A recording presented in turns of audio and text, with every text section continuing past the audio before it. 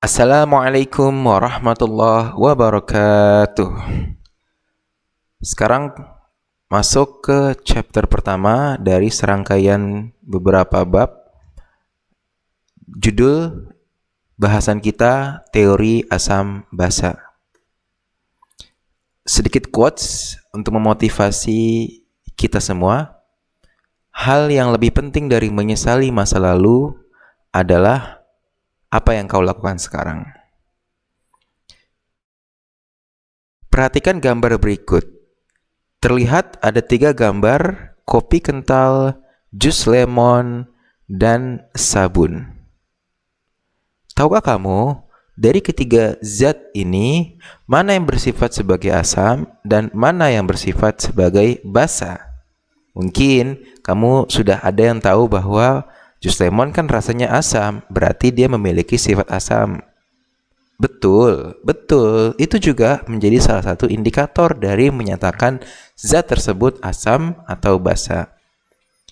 Terus mungkin ada yang pernah dengar kopi. Kita kalau sakit mah nggak boleh minum kopi karena kopi rasanya juga asam dan sifatnya juga asam. Ya, betul. Terus kalau sabun bagaimana? Sabun itu sifatnya adalah basa. Nah, gimana cara mengenali asam basa di awal-awal secara kimiawi? Nah, ini bahasan yang insya Allah akan menjadi topik kita ke depannya.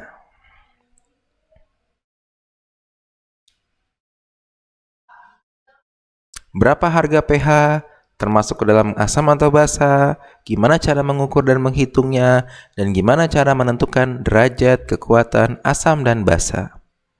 Serta apa yang terjadi jika asam dan basa direaksikan. Nah, mengingat perbedaan asam dan basa yang pernah kalian pelajari saat SMP. Apa itu asam? Ya, zat yang rasanya asam. Mengubah warna lakmus biru menjadi merah. Larut dalam air. Dengan logam aktif, maka dihasilkan gas H2. Kalau basa, zat yang umumnya rasanya pahit, namun tidak menjadi suatu kepastian. Mengubah warna lakmus merah menjadi biru. Menetralkan asam atau membentuk garam dan air. Dan inilah perbedaan asam dan basa yang telah kalian pelajari saat SMP. Kali ini kita akan mempelajari, memahami asam dan basa dengan level yang lebih dalam. Teori asam basa, ada beberapa ilmuwan yang telah merumuskan bagaimana mengatakan zat tersebut adalah golongan asam dan bagaimana zat tersebut golongan basa. Namun, kita tidak bisa membahas semuanya, akan disingkat menjadi 3 penemu besar. Yang pertama Arrhenius, yang kedua Bronsted-Lowry, yang ketiga adalah Lewis. Berikut para ahli yang telah merumuskan teori asam basa. Arrhenius, Bronsted dan Lowry, dan Louis. Kita menyebutnya Louis. Nah, selanjutnya kita langsung masuk ke asam basa Arrhenius. Apa itu asam Arrhenius? Asam menurut Arrhenius, asam yaitu senyawa penghasil H+ di dalam air. Kategorinya ada yang dilepaskan ketika dilarutkan dalam air, yaitu H+. Sedangkan basa, senyawa yang menghasilkan OH- di dalam air. 2 kata kunci utama menghasilkan OH- dan di dalam air. Contoh asam HCl. Ketika di dalam air akan menjadi H+ dan Cl-. Karena melepaskan H+, menurut Arrhenius, maka HCl bersifat asam. Sedangkan basa, contohnya NaOH. Karena di dalam air melepaskan OH-, maka NaOH bersifat basa. Namun, ada kekurangan dari teori asam basa Arrhenius. Antara lain, yang pertama, hanya dapat diterapkan pada reaksi yang terjadi dalam air. Karena ada beberapa zat yang tidak di dalam air, namun dia juga memiliki sifat asam basa. Yang kedua, tidak dapat menjelaskan mengapa beberapa senyawa lain seperti CH4 tidak dapat membentuk asam, padahal juga mengandung hidrogen dengan bilangan oksidasi +1. Ya, CH4 bukanlah asam meski dia punya H. Inilah kekurangannya. 3. Tidak dapat menjelaskan mengapa senyawa yang tidak memiliki OH- seperti Na2CO3 juga membentuk larutan yang bersifat basa jika dilarutkan dalam air. Nah, kekurangan inilah yang akhirnya dikembangkan oleh ilmuwan berikutnya, yaitu oleh Johannes Bronsted dan Thomas Lowry atau yang disingkat Bronsted-Lowry. Nah, pada tahun 1923, kedua ilmuwan ini mengusulkan mendefinisikan asam dan basa yang lebih luas daripada teori sebelumnya. Teori mereka didasarkan pada asumsi bahwa asam akan memberikan satu ion H+,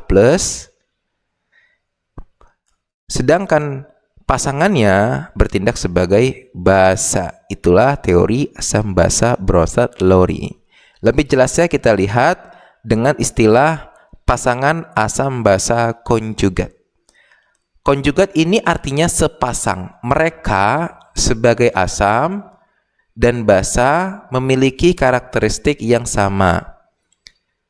Konjugat berasal dari bahasa Latin yang berarti pasangan. Setiap kali asam berlaku sebagai pendonor satu ion H+, sekaligus membentuk basa konjugat, yaitu basa pasangan yang berasal dari asam Bronsted.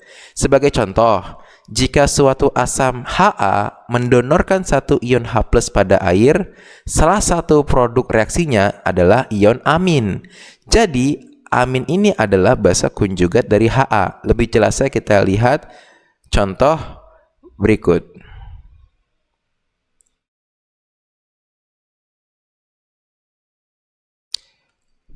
Asam menurut Bronsted-Lowry yaitu segala senyawa yang mendonorkan ion H+, memberikan H+. H+ dalam konteks ini disebut proton. Jadi yang memberikan proton itu adalah asam. Basa yaitu yang menerima proton. Apa tadi proton? Ya, H+. Menerima bisa juga nama lainnya akseptor. Jadi bisa kita sebut asam itu donor proton, basa itu akseptor proton. Kita lihat reaksi yang terjadi amonia atau NH3 dengan H2O akan menghasilkan ion amonium atau NH4+ dan OH-. Kita lihat konjugatnya. NH3 itu konjugatnya atau sepasangnya dengan NH4, jangan OH-. Karena sepasang itu dia punya atom penyusun yang sama, namun hanya terdapat perbedaan jumlah H sebanyak 1, 3, dan 4. Nah, NH3 tadinya punya H3. Setelah bereaksi dengan air menjadi 4. Artinya NH3 menerima H, di mana yang menerima sifatnya basa. Pasangannya ini otomatis kita katakan langsung asamnya, asam konjugasinya. Sedangkan H2O, kalau kita lihat setelah dia bereaksi menghasilkan OH-, lihat jumlah H-nya. Tadinya 2 menjadi 1, berarti telah dilepaskan H-nya ke NH3 sehingga H2O bersifat asam. Ya, maaf saya ulang sekali lagi. NH3 karena tadinya 3 kemudian menjadi 4 menerima 1H disebut basa. Dan pasangannya disebut asam konjugasi. H2O yang memiliki 2H setelah bereaksi menghasilkan OH-. H-nya hanya ada 1. Artinya telah dilepaskan 1H. Yang melepaskan disebut asam. Yang pasangannya disebut basa konjugasi. Nah, untuk memudahkan memahaminya, kita tinggal melihat yang banyak H-nya. Misal, untuk memudahkannya, NH3 sepasang dengan NH4. H-nya ada 3. Di sini H-nya ada 4. Yang H-nya ada 3, lebih kecil, jumlahnya lebih sedikit, ini basa. Yang lebih banyak itu asam. Nah, itu memudahkan saja ya. Ini juga sama nih. H-nya ada 2, di sini H-nya ada 1. Yang lebih banyak 1 dibanding pasangannya itu bersifat asam, dan pasangannya yang lebih sedikit 1 H itu bersifat basa. Ya, itu memudahkannya. Jadi inilah sepasangnya. Ada istilah amfiprotik ya anak-anak semua. Apa itu amfiprotik? Yaitu adalah kondisi senyawa dapat berperan sebagai asam maupun basa. Umumnya dia menyesuaikan kondisi lingkungan. Jika lingkungan larutannya bersifat asam, maka ia akan menjadi basa. Dan jika lingkungannya bersifat basa, maka ia akan menjadi asam. Contohnya apa sih? Nih, contohnya adalah ion dihidrogen fosfat. Pada kondisi pertama, H2PO4 ini bersifat sebagai basa karena jumlah H-nya lebih sedikit dibandingkan setelah bereaksi. Namun, di kondisi lain, H2PO4 bersifat basa, asam. Kita lihat tadinya 2 menjadi 1, berarti memberi. Nah, walaupun sama-sama ion dihidrogen fosfat, tapi kondisi ketika dia di asam, dia akan menjadi basa. Ketika di kondisi larutannya basa, dia akan menjadi asam. Nah, itu yang disebut amfiprotik, senyawa yang dapat berperan sebagai asam ataupun basa, menyesuaikan kondisi lingkungannya. Lanjut, kita akan melihat kelebihan dari teori asam Bronsted-Lowry. Yang pertama, ruang lingkupnya lebih luas karena dia tidak mesti harus identik dengan H dan OH. Hanya donor akseptor H saja sudah bisa mengklasifikasikan mana yang asam, mana yang basa. Yang kedua, basa tidak harus memiliki gugus OH. Ketiga, kelakuan asam atau basa bergantung pada reaktan pasangannya. Nah, kelemahannya belum mampu untuk menjelaskan zat-zat yang pelarutnya ini non-protonik atau aprotik seperti SO2, POCl3, BF3, dan lain sebagainya. Sehingga disempurnakan oleh ilmuwan berikutnya yang bernama Louis. Louis memiliki penjelasan yang jauh lebih luas di dalam mendefinisikan asam dan basa. Pada asam Louis, partikel yang dapat bertindak sebagai penerima pasangan elektron lah disebut sebagai asam. Ketika basa, yaitu partikel yang dapat bertindak sebagai pemberi pasangan elektron. Jadi mainnya sekarang pasangan elektron. Kalau senyawa tersebut memberi, maka basa. Kalau senyawa tersebut menerima, maka dia bersifat sebagai asam. Nah, reaksi asam basa Lewis ini berkaitan dengan transfer pasangan elektron yang terjadi pada ikatan kovalen koordinasi. Nah, masih ingat kan kovalen koordinasi? Yaitu ikatan kovalen, ikatan yang terjadi antar dua atom yang salah satunya memberikan pasangan elektron, yang satunya lagi hanya menerimanya. Sehingga ikatan tersebut kovalen namun sifatnya sebutannya koordinasi. Contoh misalnya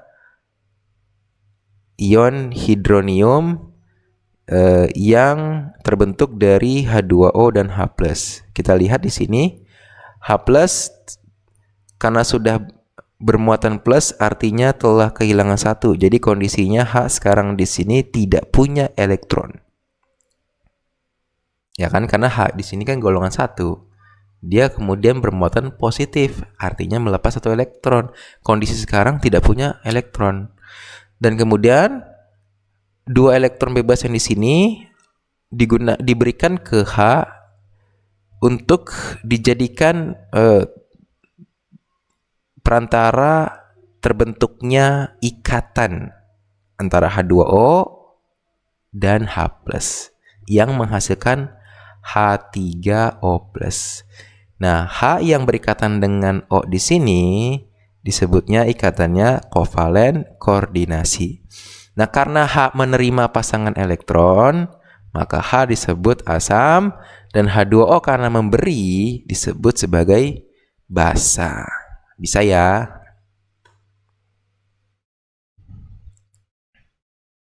Kesimpulannya, teori model Arrhenius mendefinisikan asam yaitu segala zat yang melepaskan ion H+ di air, sedangkan basa yang melepaskan ion OH- di air. Bronsted-Lowry itu bermainnya di donor proton, yang mendonor itu asam, yang mengakseptor atau menerima basa. Lewis mainnya PEB, pasangan elektron bebas, yang menerima asam, yang memberi adalah basa. Oke, kita sekarang pindah ke contoh soal. Gimana sih soal-soal yang akan keluar? Nih misalnya, di antara senyawa berikut yang merupakan asam menurut teori Arrhenius. Ingat, Arrhenius tadi bermain apa? Asam melepas H+, basa melepas OH-. Karena di sini asam, berarti cari yang ada H-nya. Nah, SO2 nggak punya H, CO2 nggak punya H, NH3 tadi kita sudah tahu ya, amonia ini basa, HCN ini asam sianida, dan dia kalau di larutan akan melepaskan H+. Nah, di sini jelas kalau OH tadi basa, maka jawabannya yang D. Lanjut. Pasangan asam basa konjugasi yang sesuai dengan persamaan reaksi di bawah ini adalah, nah, ini menurut teori apa tadi? Bronsted-Lowry. Kalau pasangan, saya kasih tips and trick. Kalau pasangan itu, kalau melihat opsi jawaban, lihat yang identik. Misal HCN. HCN ini punya atom H, punya atom C, punya atom N. Mesti berpasangan dengan yang identik, yaitu CN-. H2O tidak mungkin berpasangan dengan Cn karena tidak identik secara atomnya. Di sini ada O, di sini enggak. Di sini ada C, di sini enggak. Jadi H2O berpasangan dengan H3O. Dah, kita pilih sekarang opsi yang A. Yang A HCN dan H3O+. Enggak, ini enggak identik. Tadi yang pertama identik ya, yang kedua juga harus beda 1H. Nanti soal yang lain ada. Yang B, HCN dan CN-. Kita lihat dia identik dan beda 1H. Yang ini punya 1H, yang ini tidak punya. Berarti kan selisih cuma 1H. Nah, ini yang benar jawabannya. Yang C kenapa salah? Iya, karena di sini ada nggak identik. Yang D, iya nggak identik. Yang C juga, yang E juga nggak identik. Maka jawabannya yang B. Oke, bisa ya. Baik. Sekarang manakah yang termasuk asam basa Lewis? Ini perlu dibentuk struktur Lewis-nya agar mengetahui di mana ada elektron kovalen koordinasinya. Nah, kalau kita buat gambar di D, itu akan kita lihat bahwa B tidak memiliki pasangan elektron bebas dan N punya pasangan elektron bebas. Maka 2 elektron bebas ini diberikan ke B untuk terjadinya proses ikatan kovalen koordinasi. Nah, NH3 yang memberikan disebut sebagai basa dan BF3 yang menerima disebut sebagai asam. Maka asam basa Lewis. So, jawabannya D.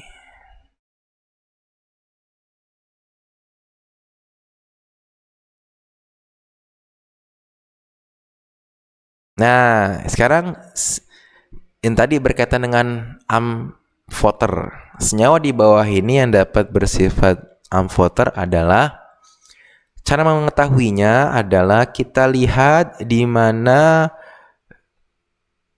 memiliki H. Kalau dia memiliki H, maka ada kondisi dia bisa melepas dan bisa menerima. Sedangkan di sini H-nya sudah hilang. Ini H-nya juga sudah hilang. Ini tadi kan basa. Ya, ini bisa nggak nanti asam basa? Ini dalam suatu kondisi bisa bersifat sebagai asam saja, namun dia tidak bisa bersifat sebagai basa. Kenapa? Karena telah maksimal jumlah H-nya. Jadi yang paling tepat yang HNO3. Kondisi sekarang dia bisa memiliki H-nya 1, nanti bisa dia menerima 1 H lagi. Yang itu memungkinkan untuk bersifat sebagai basa. Oke, mungkin masih banyak yang ingin ditanyakan. Silahkan kita diskusi saja di kolom komentar. Sampaikan sejelas-jelasnya. Dan kalau ingin memastikan pemahaman kalian, ingin lebih mengeksplor lagi kemampuan kalian, bisa buka di website yang telah saya buat. Kemudian pergi ke menu latihan soal, pilih bagian yang teori asam basa. Sekian, semoga bermanfaat. Saya akhiri. Assalamualaikum warahmatullahi wabarakatuh.